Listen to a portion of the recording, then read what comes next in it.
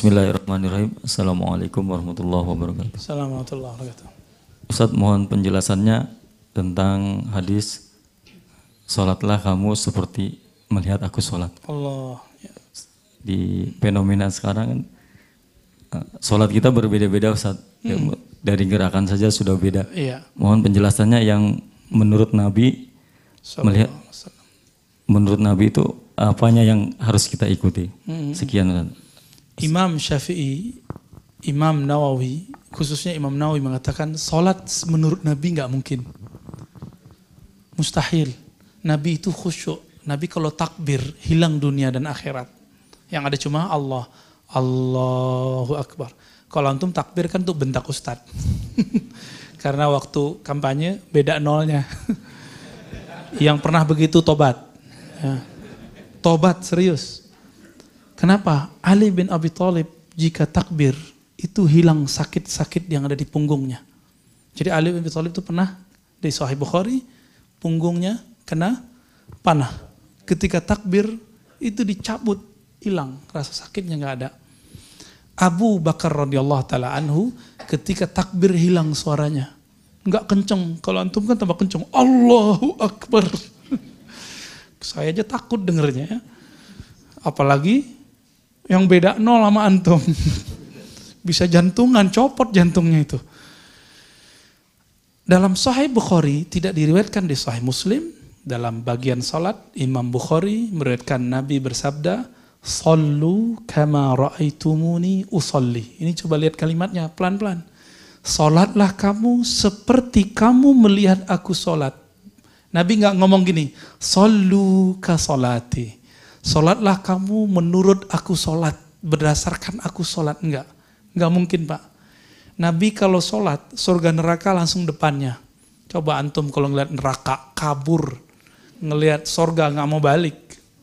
Nabi Idrisnya nggak mau balik, ya kan? Ada yang lebih kuat imannya dari Nabi Idris? Nggak ada. Itu rahasianya kenapa Allah belum perlihatkan surga saat kita salat. Padahal Nabi mengatakan, ketika aku berdiri di tempat ini, aku memandang sorga. Maka aku maju selangkah ingin memetik buahnya. Tiba-tiba berubah menjadi neraka. Aku mundur satu langkah. Itu. Lain lagi di hadis salat kusuf. Mereka kan kusuf ya. Coba tanya imamnya, pasti nggak mengalami itu. Coba kalau mengalami itu mendadak gila Pak. Apa kata Nabi? Uridat alayya a'malu ummati. Di saat Nabi salat kusuf. Dulu namanya sama kusuf dan khusuf, ahli fikih yang membedakannya bulan dengan matahari.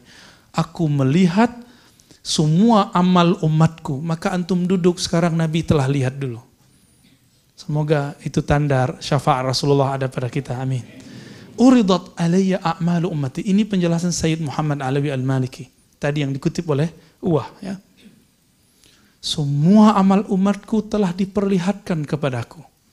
Maka saksikan ya Allah, wahai Rasulullah, bahwa kami mencintai Nabi Muhammad sallallahu alaihi wasallam. Ketika Nabi selesai sholat beliau cerita ketika khutbah. Ketika aku berdiri, aku melihat amal umatku. Coba, kalau kita melihat amal-amal semua orang, bisa gila kita Pak. Pusing ya. Nggak kuat, saya bisa baca isi hati antum aja itu udah bahaya. Nanti kegeeran kalau merasa senang. Kesel kalau dalam hatinya bilang, wah ustadznya sotoy. Ya, saya bilang, wah ini bahaya nih. Maka syukur kepada Allah kita nggak bisa baca isi hati orang. Nabi mengatakan, aku melihatmu dari depan dan belakang itu sama. Makanya sahabat Nabi, walaupun di belakang Nabi itu takut gerak itu betul-betul diatur benar-benar lembut. Nabi emang punya mata di belakang? Enggak. Itulah disebut mukjizat Rasulullah SAW atau oleh Imam Suyuti disebut dengan al-khasais. Kekhususan Nabi SAW. Jadi jangan pernah bermimpi sholat seperti Nabi sholat. Enggak mungkin. Seperti Abu Bakar aja antum enggak sanggup. Seperti Ali aja antum enggak sanggup. Cucunya Ali, namanya Ali Zainal Abidin, itu yusolli. Seperti dikatakan oleh Imam Zahabi ini murid Ibnu Taimiyah, Imam Ahlus Sunnah. Yusolli kulla yawm 1000 raka'ah. Setiap hari sholat 1000 rakaat. Saking kecanduannya sholat. Kita canduannya apa? YouTubean. Semuanya wajah-wajah YouTube nih ya. Ya matanya udah mulai kena soalnya ya. Pada yang senyum-senyum berarti kena. Yang diem berarti wah Ustadz sotoy itu. Nabi katakan apa? Inilah kewajiban berguru. Jadi hadis ini adalah perintah berguru. Salatlah kamu seperti kamu melihat aku salat. Lihat Nabi salat nggak? Maka kita cari orang yang ketemu Nabi. Ketemu sahabat Nabi nggak? Nggak ketemu? Serius? Yang ketemu mimpi Nabi aja susah ya. Orang mimpi ketemu Nabi juga antum nggak percaya. Ya. Antum nggak percayaan orangnya. Karena beda politik tadi. Ya, kalau saya percaya, meskipun saya beda politik sama dia, saya beda coblosan sama dia. Tapi saya percaya karena saya menyaksikan sendiri sebelum dia memutuskan memilih itu, lidahnya nggak putus menyebut nama Nabi. Allahumma sholli. Saya dengar sendiri waktu multaqa ulama dan habaib di Cirebon. Orang itu.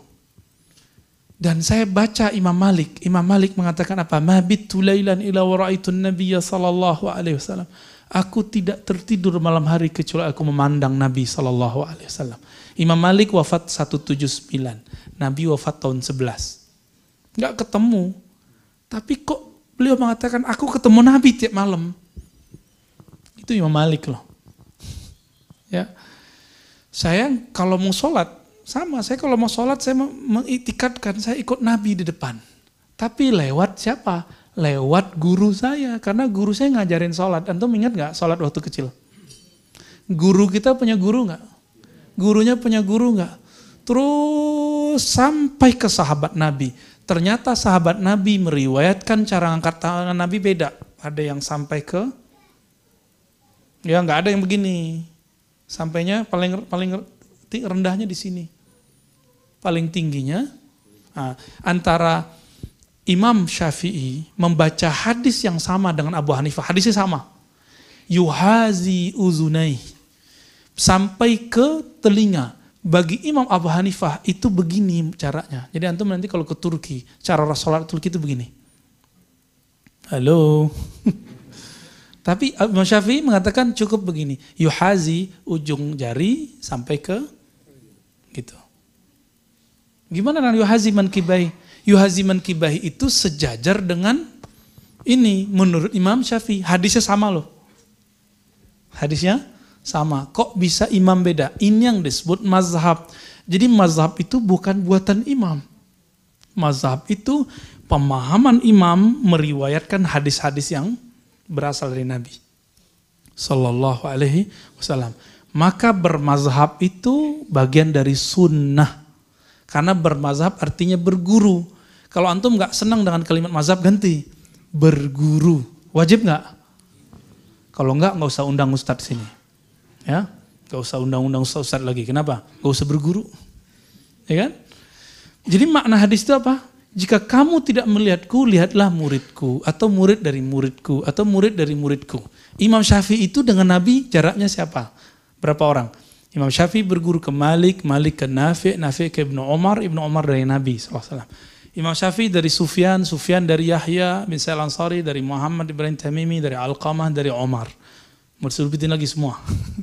Imam Syafi'i dari Malik, Malik dari Salim, Salim dari Ibnu Umar dari Nabi SAW. Dan itu terhubung lebih dari 1000 guru yang menghubungkan beliau kepada Nabi. Maka sunnah salafus soleh adalah mempelajari sifat salat Nabi dari banyak guru, bukan dari satu buku. Apalagi dari satu channel YouTube.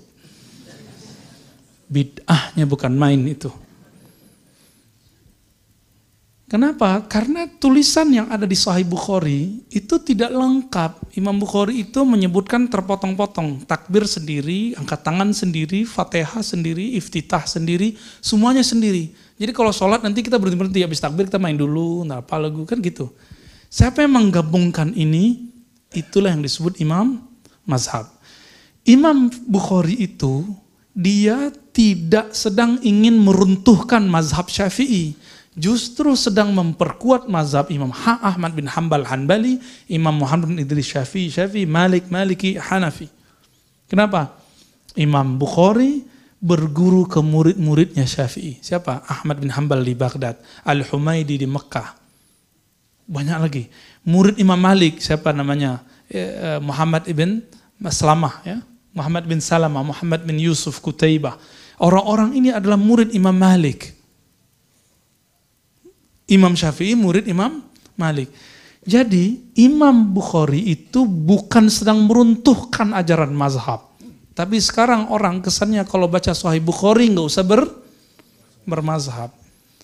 Padahal baca Sahih Bukhari antum tidak akan lepas dari mazhab. Mau baca hadis pertama langsung Syafi'i, Humaidi, murid Imam Syafi'i itu. Baca hadis kedua langsung ke Malik nanti. Ketiga terus sampai akhir. Sampai akhir. Semuanya imam-imam mazhab. Jadi maksud dari sholatlah seperti kamu melihat aku sholat, sholatlah seperti aku. Sahabat Nabi ada berapa banyak?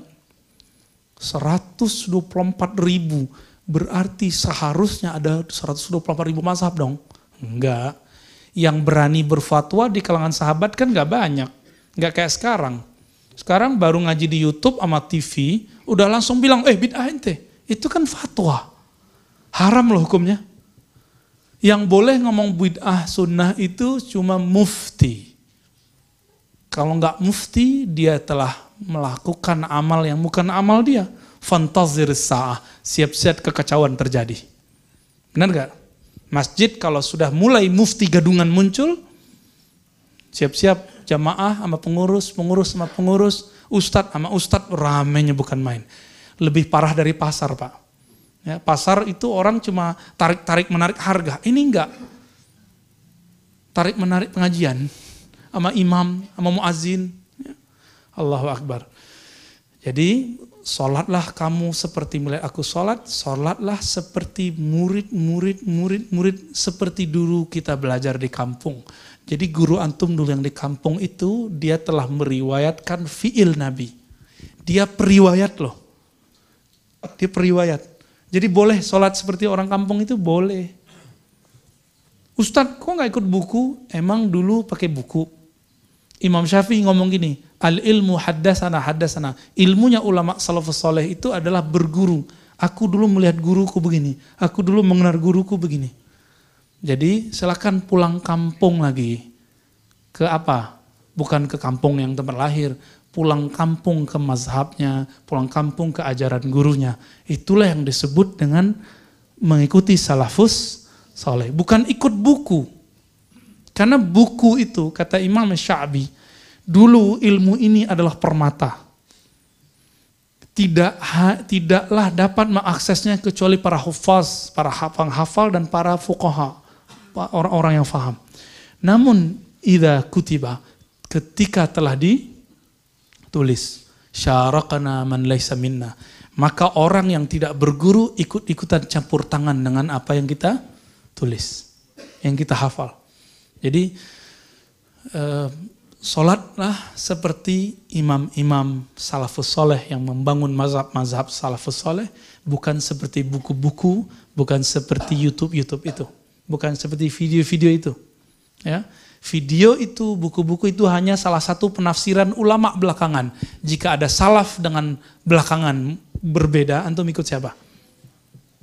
Ya. Ikut buku yang telah mati atau ikut guru yang masih hidup? Guru. Karena yang tahu buku itu salah, guru apa buku itu sendiri? Bukunya bisa ngomong nggak? Hei, aku salah loh. Nggak bisa. Baik. Jadi di Quran nggak ada faqra'u kitabakum, nggak ada. Itu pun kitabakum, kitabak itu tentang amal, soleh dan tidak soleh. Yang ada fas'alu ahlaz zikri. Tanyalah orang yang alim. Berguru kepada orang yang alim. Gitu Mas ya. Akang Pak AA. Jadi berguru ke orang, itulah sunnah Nabi SAW. Baik? Kelas? Udah siang? Bentar lagi kita salat syuruk ya. Kesimpulan kajian kita pada pagi ini, kembali ke definisi sunnah. Apa itu sunnah? Sesuatu yang ada dalilnya. Apa itu bid'ah? Sesuatu yang tidak dalilnya. Jika ada hadis dhaif, lalu diamalkan, itu bid'ah atau bukan? Bukan, itu disebut dengan ikhtilaf. Ikhtilaf bukan bid'ah, tapi masih bagian dari sunnah. Semoga kajian ini diberkahi Allah. Kita yang hadir diampuni dosanya oleh Allah, diberkahi sampai siang sore nanti, bahkan sampai mati kita nanti, amin ya rabbal alamin. Subhanakallahumma wa bihamdika asyhadu an la ilaha illa anta astaghfiruka wa atubu ilaik. Assalamualaikum warahmatullahi wabarakatuh.